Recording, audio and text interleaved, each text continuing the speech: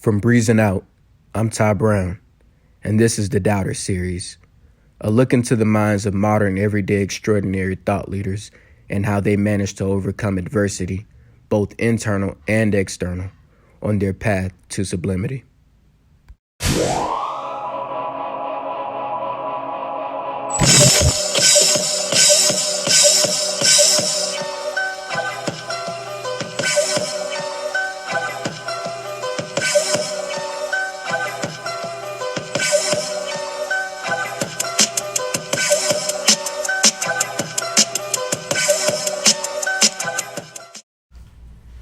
All right, we're here with Alex Nowlin, owner of the Uscape apparel brand, a college apparel brand that focuses on the unique skylines of the different campuses and universities that it manufactures for. He's a grad of Bucknell University, home of the Bison. Go Bison. Go Bison, man. So we're just talking about his upbringing and how he became to be the owner of Uscape apparel. And obviously he didn't do it by himself, which we'll go into a bit further, as it is a family affair. But he started off, upon graduating Bucknell University, he ended up becoming a risk management specialist with GE. And what happens is now he's an owner of a apparel brand. And I just want to kind of go into that history and how it became to be, and really just hearing your upbringing and understanding what kind of codes, what kind of habits you established within yourself to really become the professional and entrepreneur that you are. So would you care just to kind of dive in how you recognized an opportunity in this space for your brand and your impact that you're bringing to society and just this unique opportunity? Yeah. Thanks for the intro, Ty. Excited to be doing this here too. So look forward to jumping in. But I grew up in Orange County, California. Moved around a bunch when I was a little kid. My dad had a big corporate career working for Maytag for about 25 years, and then worked for a big industrial supply company called Grainger, based out of Chicago. So we moved around a lot when I was little. But kind of set roots in Orange County, spent a good chunk of my life here, so from like 13 on, mm-hmm. and had my kind of fashion, surf culture influence from being from around here. Cool. And ended up, having this great idea that I would go spend 4 years in the middle of central Pennsylvania with the snow and with the cold, and figured that was a great way to do it. And we can talk about that a little more. Right. No, it was great. I love Bucknell. It was an amazing school, awesome experience. I went there for water polo. They had a great business school too, have a great business school. And kind of wanted to get out of Orange County. I mean, it's an awesome area, but it's a little bit of a bubble. You can get kind of wrapped up in it. Kids tend to grow up pretty fast around here. So looking for something different, and get into that later, but Bucknell was third or fourth on the list, so it wasn't where I thought I was going. That was one of my kind of big adversity stories that I think I had to deal with as a young kid, of being let down pretty hard from where I thought I was going to end up. Studied accounting, kind of financial management while I was there, and really loved that, enjoyed that, thought that was what I was going to do. And it was what I did for a couple internships and for the first year out of school, and went into a big corporate environment working at GE Capital. Nice. That's a pretty huge deal. Like, I have to imagine, GE is a megalo. Yeah. I mean, I loved corporate business. Like, I thought that's what I wanted to do. That's kind of what my dad did. That was the path that he took. And, I think when you look at a company like that and you see the impact they've made, they've been around for over 100 years. They've, one of the biggest names still, in the world. And being a part of that culture and being a part of what they built, it was just cool. You've got famous people like Jack Welch, who, one of the greatest CEOs, written 100 different books you can read. But I mean, being at a company like that was cool. There was something cool about that. I really liked it. I liked the corporate culture. I fit in well with that. You've got to kind of figure out how to maneuver around a little bit when you're in scenarios like that. And I was good at that. Mm-hmm. So I enjoyed it. I liked it. But when I was getting towards the start of my second year there, they actually ended up divesting and selling their entire financial side of their business. So they made a decision that GE shareholders weren't in the business of running a bank, which is essentially what GE Capital was, and they decided to sell that off. And so they broke it into a bunch of different parts and started the sales processes. And I just didn't like the uncertainty. Mm-hmm. So I was in Connecticut at the time and really wasn't sure that was something that I wanted to stick around and do. And Uscape was something that I had started on the side. Mm-hmm. And that's when I kind of made the decision to, this is good timing. Let me jump ship and dive into this and try this out. Let me try this entrepreneurial thing. But I thought for, a long time growing up that I was going to be a corporate, I had an entrepreneurial spirit, but I mean, I liked the corporate world. That's kind of what I thought I would do. Nice. And you started Uscape on the side. So can you talk about how you began to incorporate that, or how you incorporated that into your life? Like, where did that come from? I didn't think it was going to be full-time at first. That's for sure. I thought it was just going to be this fun hobby. So, I mean, we, going to Bucknell, and having kind of my West Coast surf influence, there wasn't a lot of cool product there. I mean, the bookstore just had boring stuff, truthfully. And so, I was bringing my Billabong and surf culture influence into what I wanted to wear that said Bucknell, because the stuff that I had was either orange or navy and just had a simple Bucknell on it. And it just wasn't cool to wear around. I wasn't going to go home and wear that when I was hanging out with friends. So initially we were just making stuff for a local store. We had a small local store that we were selling stuff to. It was my senior year. It was when water polo had wrapped up a little bit and I just had a lot more free time than I was used to having. So me and a buddy started designing and selling product into a local store. And then from there it was just organic. We had kids from other schools come up to us and say, wow, that is so cool. Like, you got to do that for UVM. You got to do that for Miami. You got to do that for Penn State. And so we did. We recruited my sister, who was a sophomore at the time, who was studying graphic design, to come on. But it was organic, never until we got to about 20, 25 schools, which just the timing, for whatever reason, you can say things came together at the right time. But, that was just something that was fun, that was growing, that I didn't ever think I would do full time, right until I had this whole, well, what are you going to do now? Are you going to stay at GE, or are you going to go do something else? And that was when I really started thinking about, well, wait a second. This could be a real brand. We could grow this into something really big. We could do something special here. So, yeah. No, that's so awesome. I mean, the fact that, you brought your sister in like that, and I want to get more into that, obviously, just because family and, supporting family, feeding into, I'm all about breathing into the next individual, seeking to uplift that next individual. And the fact that you did that with family, which sometimes goes missed. I think sometimes we take family for granted, and we think that, certain things are, that'll just work out, but like, you were intentional in that effort, and that's so cool to know. You talked about your growth, like you had the brand, you went into 25 schools. What span of time? How long did that occur? Like, over what span of time did that grow? From when I graduated, we were in about 5 schools. So this was May of 2014, and then from there, it was only about a little over a year later, that I decided to leave GE and go do this full time. But so during that span, and this was, the night gig essentially, and Emily, who was a full-time student, was helping, we got into like another 20 schools. So we were at about 25 schools, just doing this kind of part-time on the side, cold calling people, reaching out. We actually had my mom helping. She's like a killer cold call salesperson. So she had a career in tech. Awesome. She used to sell like the computer systems to like Burger King. So she'd sell like, she had a deal once where I think she sold, I'm not even kidding, like 100,000 computer systems into Burger King or whatever.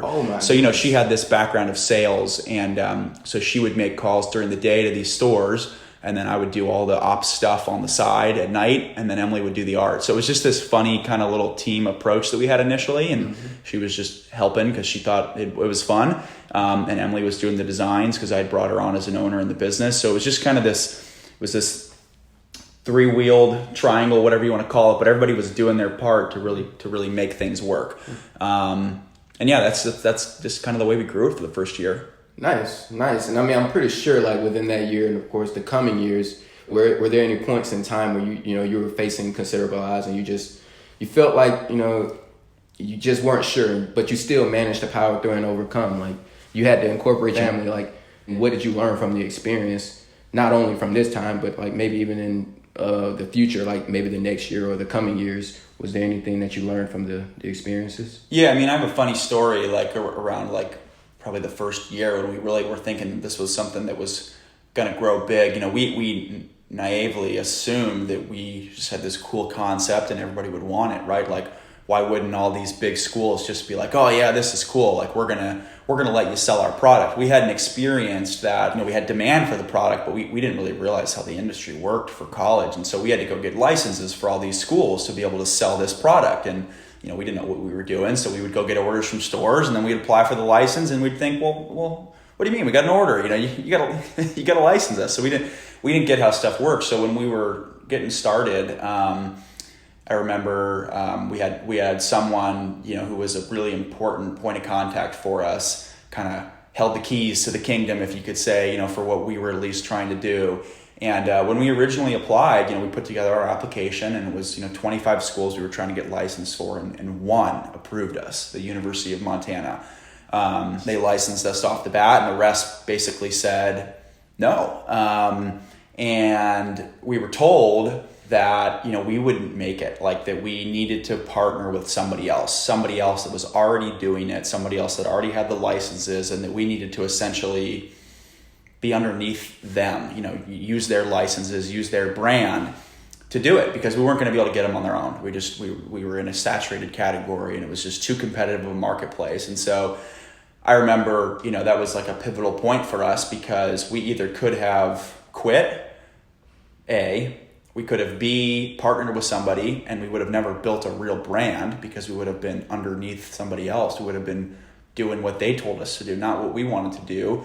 Or C, we could have, used that as fuel, and we chose C. So it was kind of funny. We were working out of the garage for the first year, and we took a picture of the person who had said no to us, and we stuck it in the garage. And that was our reminder every day that, we wanted to prove not just that person, but we wanted to prove the industry wrong. We wanted to prove that visual we deserved to exist. Right, exactly. That we had a brand that we were building, and we deserved to exist. So that was kind of a funny story of an initial adversity that we ran into kind of right off the bat when we were getting started. That's so awesome, man. I honestly love that story, just because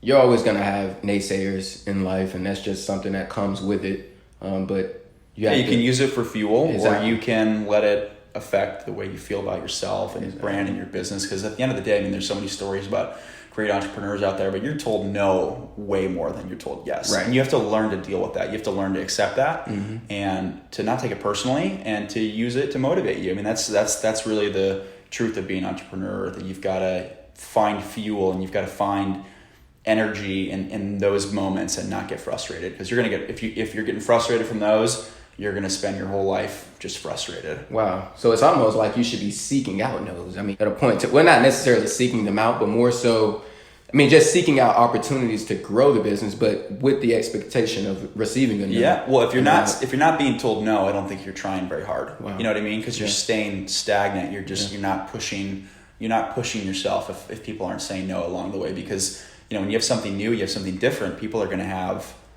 that's going to feel like work to other people. And so you're going to have people that are just not going to want to do the work. Right. So if you're not hearing no's, I don't think you're pushing hard enough. Right. No, that's awesome. Hearing no, but obviously you have to have some formed habits, or just some mindset that you attain to keep a sound and positive outlook on this life and what you're planning to do. And what habits have you instilled to be able to overcome those no's? Yeah, I'm a in my head kind of guy, so I get caught up in my own thoughts all the time. I could spend a night spinning my wheels and not sleeping if I let myself. Yeah. And so I think my wife's been super helpful, just like setting healthy boundaries between work and just having a life, and not just working all the time. I would consider, in the wrong scenario, I could be a workaholic, and I could be someone who just overanalyzed and overthought everything. So I think that the habits that I've had to develop are, healthy boundaries of like when stuff stops, when you can put stuff down, when you can leave things at work.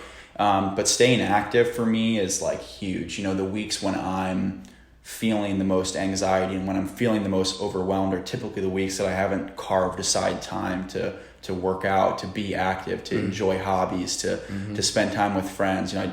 I'm a big snowboarder, and I try to do 2-3 big trips a year that I have to really look forward to. I've actually got one coming up next week, but things like that make life more about more than work, I think are super important. And I work a lot and I work hard, but I think there's a difference between working for work and working to like enjoy your life, and working to be able to have the opportunity to enjoy things. So I think, I don't know if that's really a habit, but it's just more, I'm very self-aware. I'm very self-aware of like when I'm in my head, and when I'm in my head, I know it's because, I'm not being active. I'm not having healthy boundaries. I'm not having things that I'm looking forward to. I'm just grinding it out, and there's periods of time where you've got to grind it out. But like, if you don't if you can't recognize that and set those boundaries and go back to those habits, then you're gonna become pretty miserable pretty quick. Yeah, exactly. You talk about just feeling like you're working rather than, pursuing your passion. I feel like I was speaking to a friend of mine. We talk about purpose, finding your purpose, and your purpose is aligned through your passion, right? So you find your purpose through your passion, which ultimately leads to your prosperity. Those three points are really like, your triangle to happiness. Yeah. But you talked about, your family. You said your wife, she helped you become more organized in terms of like setting aside work and recognizing the value of just your home life and, finding those opportunities to get away.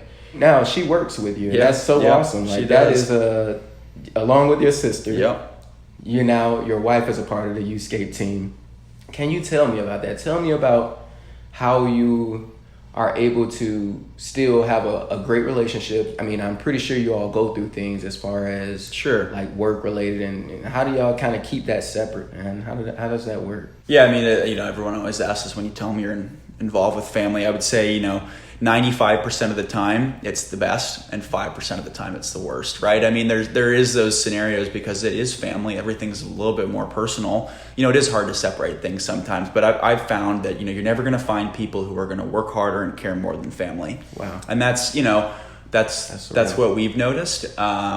And so we can always count on each other. We can always, rely on each other. Yes, there are certain conversations and certain things that are just more heated because it's family, but that makes sense. And I think we've just kind of learned and evolved how to manage those scenarios and how to manage those situations and try to remember that, for Lauren and I especially, that conversations or things that happen at work, they're not personal. They're not about how I feel about her or how I feel about Emily. They're just about what's best for Youthscape and what's best for the customer. We think a lot about how do we provide the best possible experience for our customers. And that might mean that like one of our team members is doing something wrong. One of our team members is doing something inefficiently, or they're not providing the highest level of service. And whether that's me or Emily or Lauren or any of our other team members, if we have to have that discussion, it's not personal. It's not about family. It's just about doing the best for the customer and providing the best experience for them. So I think, having lenses like that to look at things through, to keep the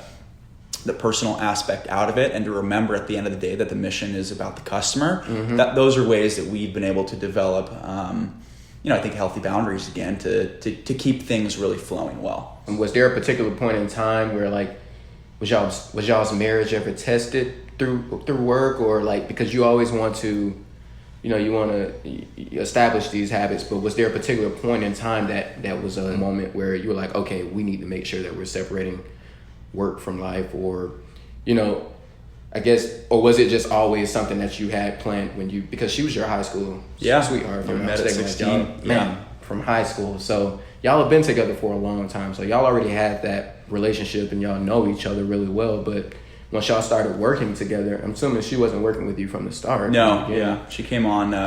So we got married. Yeah, and we'd been together for, when we got married, we'd been together for 7 or 8 years at that point. Mm-hmm.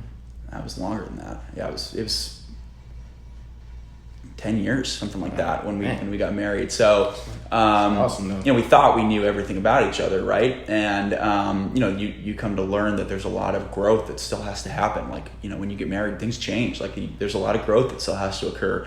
And so we got married in September. 4 months later, I convinced her to quit her job. She had a good job working for House, big like Wayfair type competitor. Nice. that does a lot of dropship furniture and home decor and like one of the go-to home design companies. But she had a good job there, and I convinced her to quit and come work for us. Man. And the first week that she came to work for us, we had one of the biggest scares in our entire business history, where we thought we were going to get pulled into a lawsuit.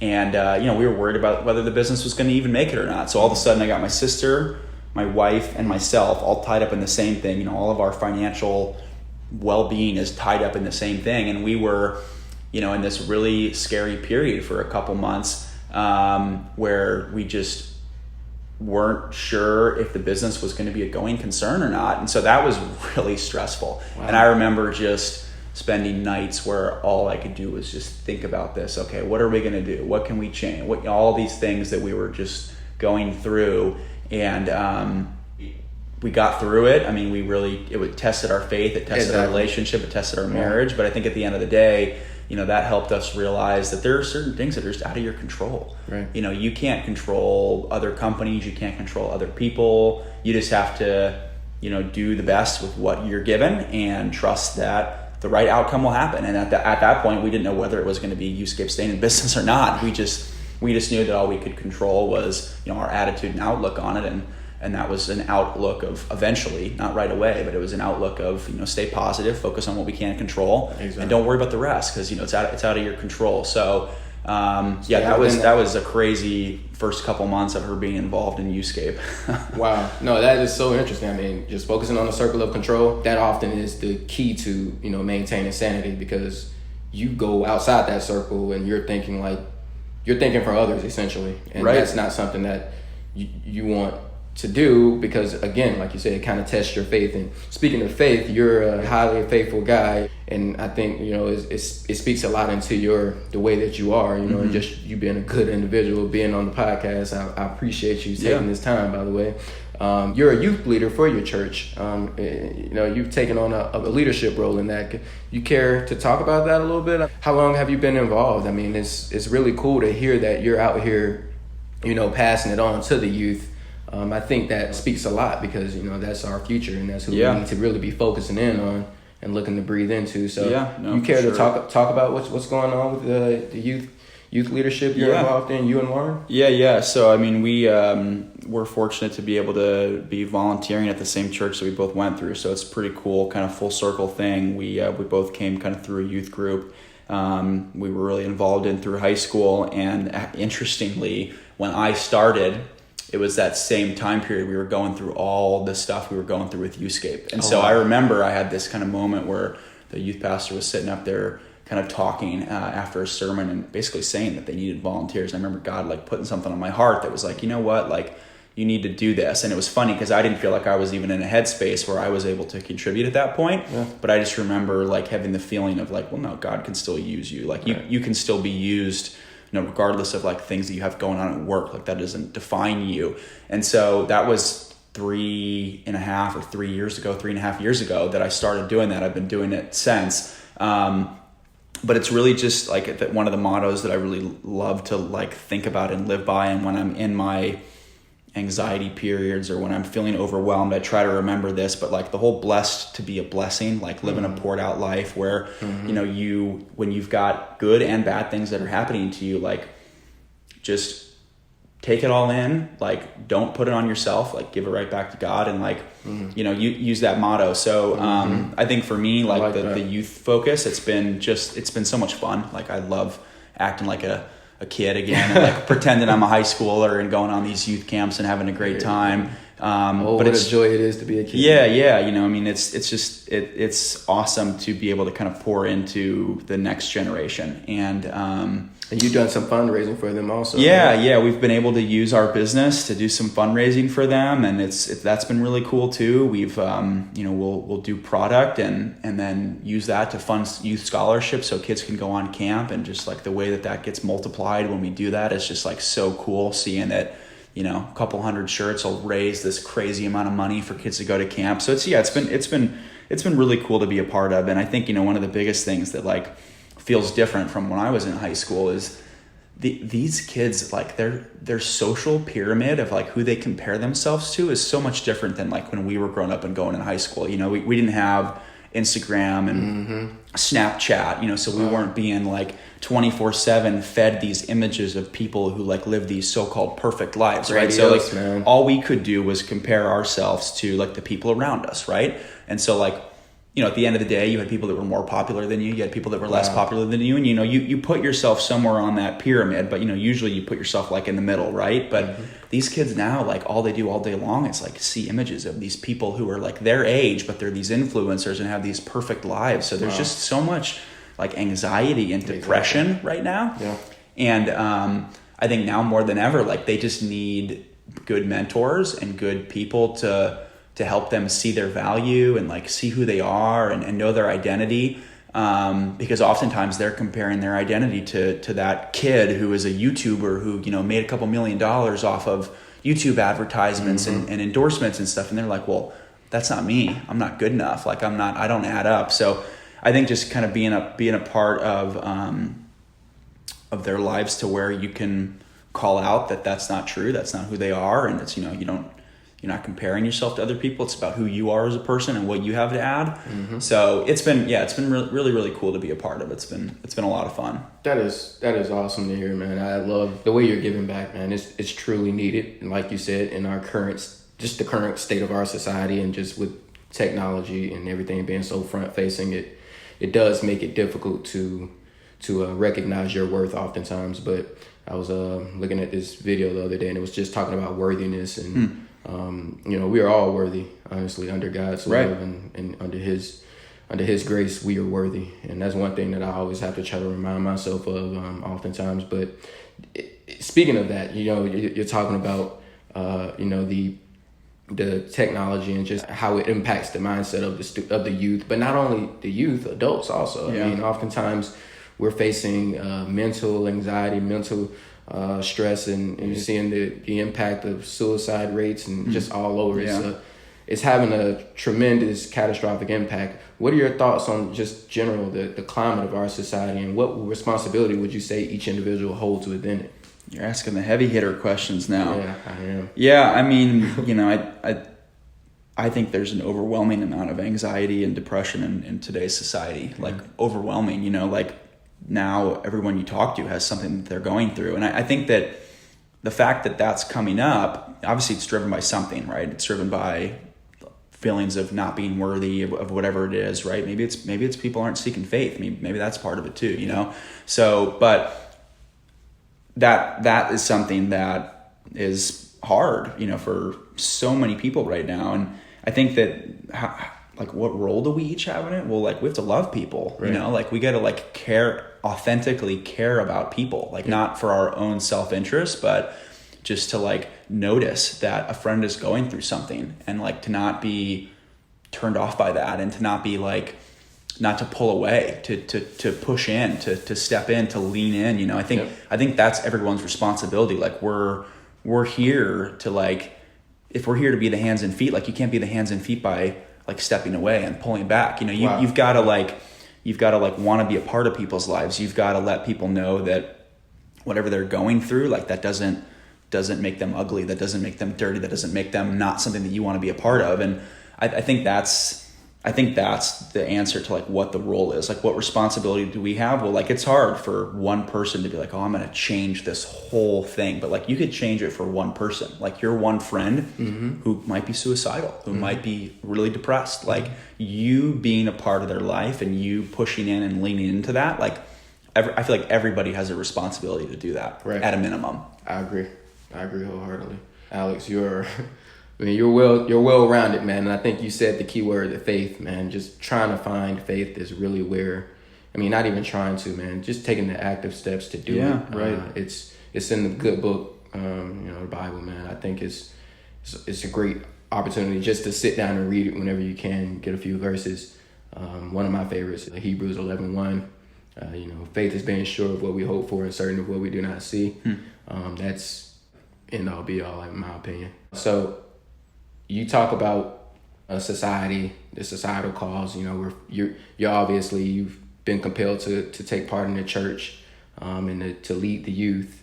What is the one most important takeaway you'd want someone to gain from meeting you for the first and last time? I'm kind of curious to know. I mean, you obviously you have the best in mind for people, but what would you want them, if they're just meeting you for the last time and this is their first time meeting you, what do you want them to glean in? About themselves or about me or either? Just, a little bit about themselves. Maybe you enlighten them in some ways, or something from you. Like, what takeaway, what would you want them to learn from you if they met you for the first and last time? I think just being true to who you are, you know, just whether that means that you have to accept the things that are part of your life, that are part of your story. You know, you have to be okay with what you've been through, you're like knowing that that's a part of your story and that doesn't mean anything good, bad, or ugly about you, right? That it's just part of who you are, and like accepting that, like, you know, be true to yourself, be authentic with who you are. Because that's where the growth comes in. Like, you can't grow from like a fake mask that you wear. Like, if you're pretending to be somebody else, you're pretending to be something that you're not, like, you're not going to grow. You might grow like in the wrong direction towards that other fake person, but you're not going to be able to grow in your true, authentic self if you can't just accept and know yourself like that. And that does come from like having a relationship with God, right? Like, it's hard to know your worth and know who you are if you're kind of walking this earth alone, right? That makes it tough, but you gotta work with them, not against them. Yeah, right. You know, so walking slowly, you know, oftentimes falling off, but, you know, walking at least slowly in the right direction, like, I think helps you to accept and know who you are, and then you build from there. Then you really start to push into growing your faith and growing as a person. But just know yourself, know your story, and accept that. Don't hide it. You know, don't try to change that. You're right. I love that, being genuine, man. So, I mean, that last thing, I mean, I just kind of want to get into, and you being such a great individual, is what is one change that you want to see done on earth before your book is closed? And how are you helping to see this through? I mean, you're very involved. I think we touched on it a little bit, but I mean, I think it's just more people looking out for each other. You know, I mean, just like the ELE, right? Everybody love everybody. You know, I think there's no reason to walk around and not be looking for opportunities to help people. You know, that's the way that the world works. I feel like, you know, you're put on this earth to like be a blessing for other people, and like that's how God pours back into you. But it's like, I think if people look for opportunities to help each other, not in like massive ways, right? Like, maybe it's opening a door for longer than you normally would, right? Yeah. Maybe it's like reaching out to a friend that you've been thinking about, but just like those small steps that you can take to just care about people. Right. Like, if everybody did that every day, like the world would be so different. Man, so different. You said that so perfect. I think, and that's something that I see. I talked to a mentor of mine, and one like specific point came up was with just homeless people. So like, a lot of times we can walk down the street and we may see a homeless person and not say a word to them, like don't even acknowledge them. It's almost as if that person has become a part of the earth. And like, they're just part of the landscape. Part of the landscape, exactly. And that is unfortunate. Like, I see it all the time. I myself, I've started making an effort to literally stop and talk to these guys and just get to know who they are, you know, and hear them, you know, and just listen to them. And that's always good. I get their name, you know, I let them know I pray for them. And like, just taking those little small steps to be a better just piece of society, a better part, and offering goodwill to society. I think like that is something that's so important, and it really does make you feel better at the end of the day. It really uplifts you, but it's also uplifting the next, you know, and that could be a change in that person maybe thinking about, you know, ending it all that day or, you know, continuing on forward, you know, striving, finding that little extra bit of energy to continue forward. So, you know, I just want to be, you know, that good, positive part of society, and, you know, breathing into the next. But Alex, I think you are one of the godsends of this earth, man. You are obviously following your purpose. And I think that, you know, with you continuing on the track that you are, I think you can make significant change, as you already have, but continuing to make significant change, not only through yourself, but inspiring people much like myself, because you've inspired me. Oh, thank you, man. To a whole nother level. And you've intentionally sought to help, and you've intentionally sought to help me. So it's like being intentional in your effort it just speaks a lot into you, man. And I appreciate that. I mean, everybody can do that, right? Like, that's the easy stuff, like being nice to people and like sharing what you can share, like the gifts that you've got, like sharing that, like that's easy. You know what I mean? And so the more people not that I'm doing it perfect, believe me, I got plenty of things I could work on, as we all do, you know, but I mean, the little stuff, that's the easy part, you know? Well, Alex, I thank you. Thank you for your time. Thank you for your energy. Thank you for your thoughtfulness. And, I look forward to continue to see you grow and just impact more, and leaving your imprint on this earth and others. Thank you, man. Thanks, man. Remain blessed.